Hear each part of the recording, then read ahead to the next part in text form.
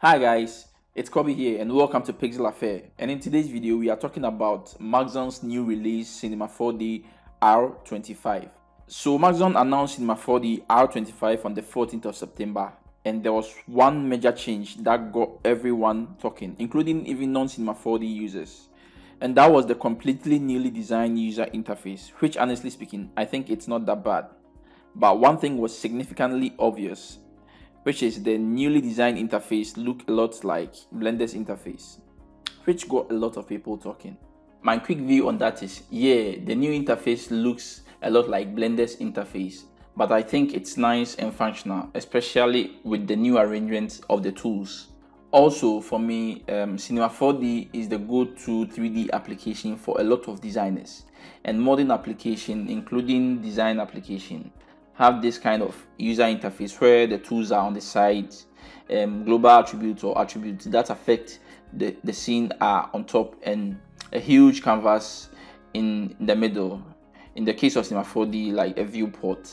So it always makes sense for Cinema 4D to actually try to modify their interface so that it will be easy for anybody from move to any other application into Cinema 4D and like at least feel a bit comfortable working in it. So it makes sense to me. But I can understand people's disappointment in the new UI because all these years you've actually mastered the Cinema 4D old UI and now you have to start afresh. So it kind of a bit disappointing, which I can understand.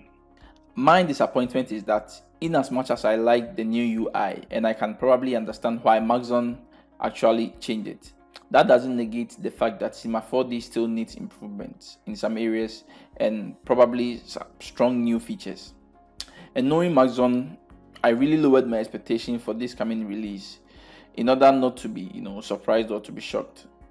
My expectation was really on the floor, but still Maxon was able to manage to shock me with the new kind of features it announced. But all in all, I still think it's a good one. I actually like what they've done with the notes and its ability to work with regular Cinema 4D stuff and everything, which I'm looking forward to see what people can do with and all that. And also want to see with this new UI, probably let's see what they will do and stuff that they can do, like new features and stuff that will fit this new UI to make it more exciting and fun to use. So all in all, I think it's fun and interesting. But now let's get into what's the new stuff in it. Cinema 4D R25. So one of the few new features in Cinema 4D R25 is the vector import tool. So if you basically work with a lot of vectors like in Illustrator and stuff, this tool will be very useful for you. So as you can see, we are in Cinema 4D R25 and the interface is completely different from the regular interface. We'll come back and talk a bit more about the interface, but for now, talk about the few new features in Cinema 4D R25. So the vector import can be found in the vector generators menu here, and you can see in this new interface, this is where you can find the generator menu. So all your generators are in here: surface, cloth surface, and all those things. Extrude, all of them are here, and you can see they have new icons and stuff. And down here you have the vector import. So we select the vector import, come to its attribute manager, and you come to object. Now you can come to file and look for the file you want to use. So you can bring in just this Illustrator file I have here, and you can see quickly it brings in the Illustrator. This is what I have in Illustrator. So if I should open Illustrator, you can see this is the file, and it comes in with the colors and everything, arrangement, everything just like the way it is in Illustrator, right? One thing you have to also keep in mind is even it's referencing Illustrator, so you can actually go ahead and open in Illustrator, right, and do changes to it. So you can see we don't have any stroke, so I can actually come into Illustrator and I'll select this one and give it a stroke. So I'll give it a stroke of, let's say, I'll make the color white and I'll hit OK. Probably make it a bit thicker, so 10, and I'll just hit save. If I should go back into Cinema 4D and just hit this button here, which is reload, you can see it quickly reloads and now it gives us stroke. Now you can come down here to the layers and now offset path and things like that. Can extrude the layers and stuff. All of them are interesting, and this is where you control the sweep as well. So the thickness of the sweep and the depth, all of them are controlled down here. And now you can even the growth of the sweep, you can see it's growing back and forth. So basically it gives you control over your vector files, brings it straight to Cinema 4D, extrude it and everything, and you can come into the caps and give it caps as well, right? So you can see now it gives us a bit of caps and everything. And after everything is done, maybe if you want to control, you can actually hit just C, and it makes it editable so that you can have access to the individual layers in here. So if I unfold everything, you can see we have all the individual layers, or I can undo basically. So that's what the vector import tool that does in Cinema 4D. So it can be very, very useful if you use a lot of Illustrator or vector files and bring it into 3D. This makes it very easy and very simple for you to do. You can also simply bring in the file straight. You don't necessarily have to go through. So I can actually come to my where my file is located. I just drag and drop it. So I'll have this Illustrator file. I just drag and drop it in here, and Cinema 4D recognize that it's an Illustrator file. So just open the vector import tool for me. So I'll just hit OK, and you can see it opens a new interface or new tab, and now we have our file in here. So basically this is a very useful tool and makes it very easy. It takes a bit of the manual step of doing importing splines into Cinema 4D away, so that you can quickly bring in your vector file. So this is an important tool.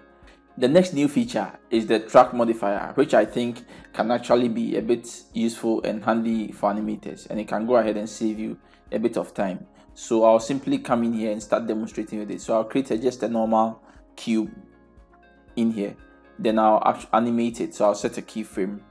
I'll actually set a keyframe here. Probably not sure. Look here, I'll move the keyframe here and then move the cube up, right? So it's just a cube going up, and I'll set another keyframe. So cube coming up and moving down. A basic animation. Nothing fancy about that. But if I right click and come to animation, and you can see in here you have track modifier. Now if I come to track modifier, you can see we have mode, and the mode is set to spring. So if I should increase the strength of the spring to, let's say, 50 or something, and hit play again, and see now it gives it a bit of springy feel, like it beginning to bounce. You can go ahead and modify that, make it a bit stiff so that it doesn't bounce. So if I hit play, you can see the bounce changes, like very subtle. Can also add drag, which will make it move a bit slow and all that. You can play around to get a lot of interesting things as well. I'll go ahead and create another cube. I'll hide this the spring one, right? Then I'll right click again. It's the same thing, track modifier, and in the mode, instead of spring, I'll change it from spring to posterize. And what the posterize does is it's begin to break the animation, it can give it a feel of a stop motion. So for instance, if I should come now, the frame step is set to 1, right? So if I should hit play, everything will be the same. You know what, I'll go ahead and duplicate this cube, so and move it on the side so that we see the difference in the animation. So I'll delete the tag on the second cube. So when I come in here, right, and I'll change the frame step into, let's say, 4, right, just to exaggerate for you to see the difference. So if I should hit play, you can see the way it's moving, right? Let me actually move this. So you see, first frame 1, 2, 3, 4, it doesn't, if 0, 1, 2, 3, it doesn't move. So to frame 4, then now it moves. 5, 6, 7 to 8, then it moves. So basically it moves is like 4 frames. It jitters like within 4 frames, like in 2s and in 4s and stuff like that.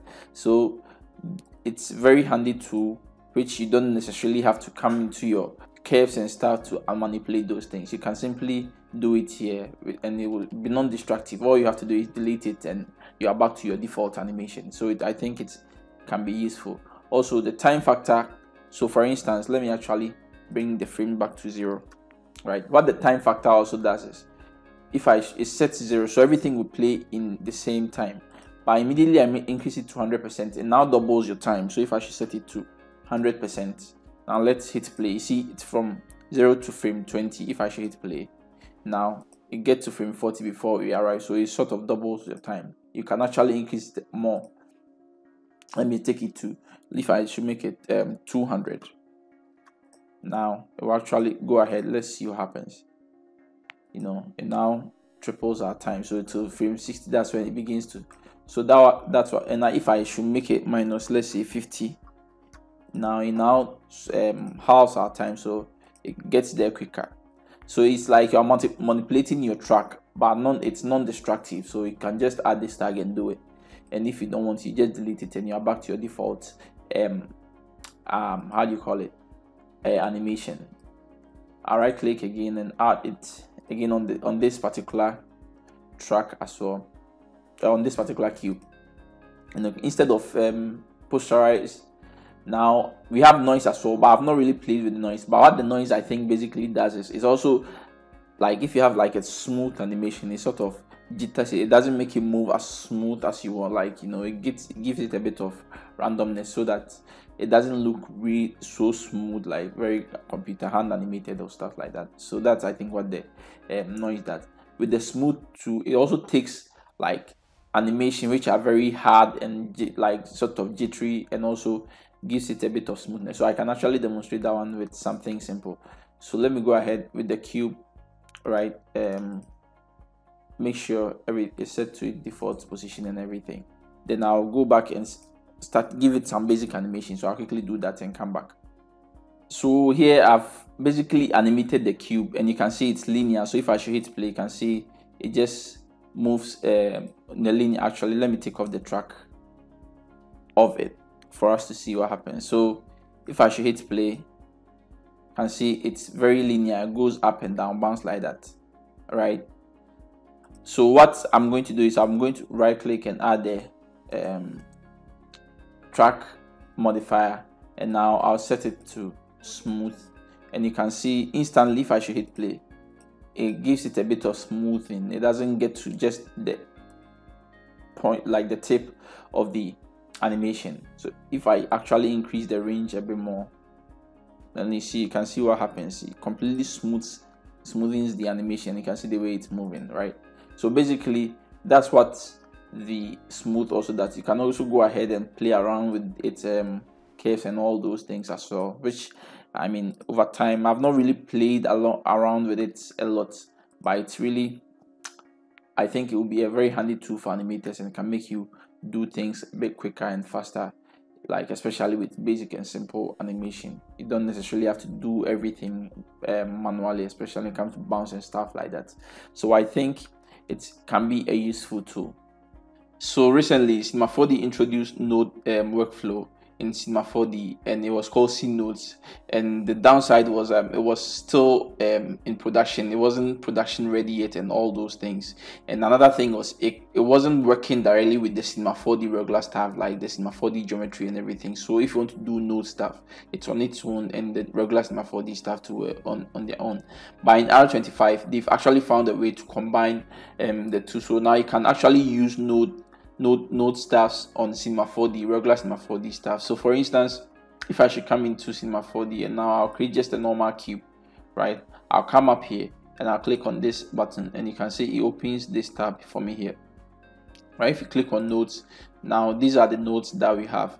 So because like it's a geometry, I'll click on the geometry modifier to get any of this, and it's simply just dragging and dropping it on the object in the object manager. And so for instance, I'll actually come in here, I'll change it from this to this so that I can see the names here. So I'll actually take Gribble, make it a child of the cube, and you can see instantly it's affecting the cube and everything. And all these are made from nodes, so it's very powerful. So I'll come to the input, and now you can see you can actually increase the Gribble and initial subdivision and all those things, basic stuff. It's a whole lot of stuff that you can do. So for instance, I can actually come into extrude, make it a child, and you can see instantly it's extruding the cube. And mind you, it's parametric, so I can actually come in here and increase the segment of the cube, right? Yeah, nothing is happening because it's extruding them separately. So if I should come from change the display to ground shading, you can see it's extruding them separately. So if I come to the extrude and actually make variation of sets, you can see what's happening. right? So now you can see it extruded them separately, differently, and all that. If you wanted to extrude them combined, you can actually come down and use islands, and now it's extruding them like face by face and stuff like that. It's very, very powerful. You can do a whole lot of stuff with this particular feature, which I think it's feature, but I think it can be really, really powerful. For instance, let me create a new scene, and I'll actually create a normal text. So I'll write R25. That's it. I'll just change it to like uniform and reduce it to probably make it 1. I'll change the font, probably use this particular font and make it a bit thicker here for us to see what's going on. So if I should come to the caps, I'll make it a regular grid, yeah, regular grid, and I'll increase. Let me actually change the display so I can see the display. I don't want it to be too much detail, so like I actually reduce it to, let's say, 25. Yeah, then I'll make it quite dominant.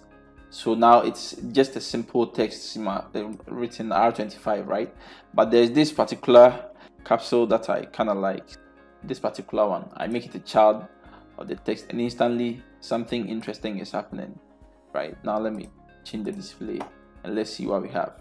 I can actually reduce the depth and things, stuff like that.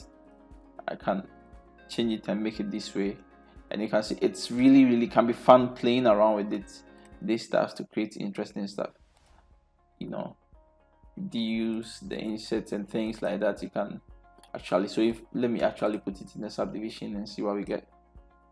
And mind you, this is still parametric, so I can actually change it to R26 and it will update quickly for us to continue. I'll undo, and you can do a whole lot of things with it. So I'll actually create a new scene. And one little thing, it's not a big deal, but I kind of like it, is I'll actually type in axis. So you know, there are some times that you want to change the axis of your parametric object. So for instance, in this thing, the cube, the axis is right in the center of the thing. If I want to change the axis, it means I have to like make it editable, or maybe create a null or something before I can actually use it down as an axis.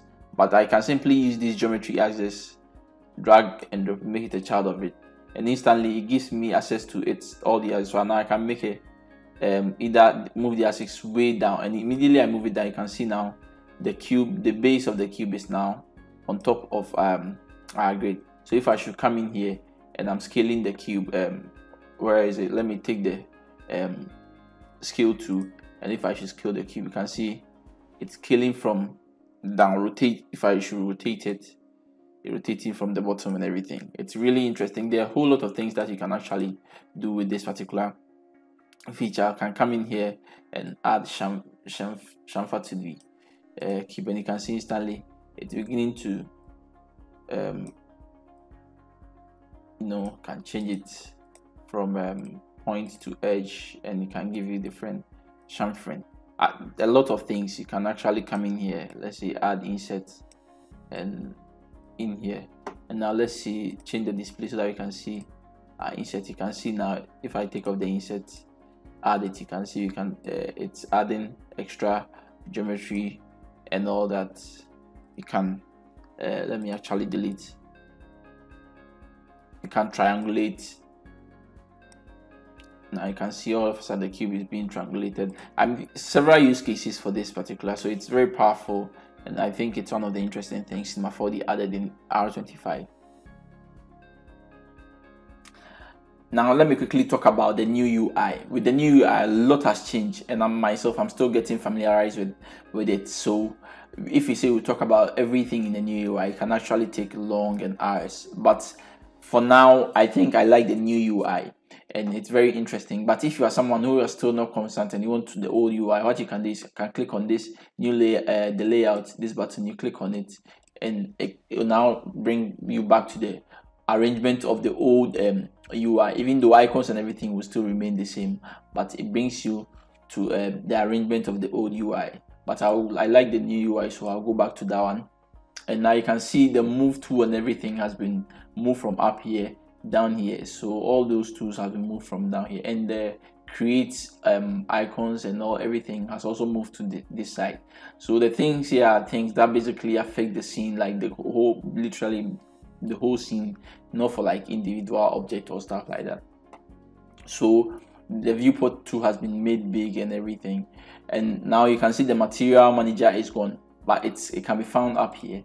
So this is the material manager, and you can go ahead and create, double click, like all the functions, everything there. You can actually go ahead and create your material top here. So this is where you find them. So this corner gives us the material. There's another one here. This corner also gives us access to other things, so nodes and objects and everything. All of these node stuff are here. So this is where you find our node stuff. When you come down here, our coordinate stuffs are also at this corner, and this corner gives us our animation editor, like basically the Adobe sheet down here. So there are a lot of things happening in here, and the icons have changed, and it will take you like a couple of probably weeks, and you get a bit comfortable using stuff like that. There are a couple of things that was, for instance, make editable or something I was looking for, till I found it was down here, and it's still functional. Everything remains the same, just the icons have changed and all that. Aside that, I think the new UI is really nice and it's functional. Like, I think it's something I like and I can work with. So basically, this is all about Cinema 4D R25, and it's really interesting and something that I'm hoping Maxon will build on to do a lot of exciting things. All right, guys, thanks for watching, and I'll see you in the next one.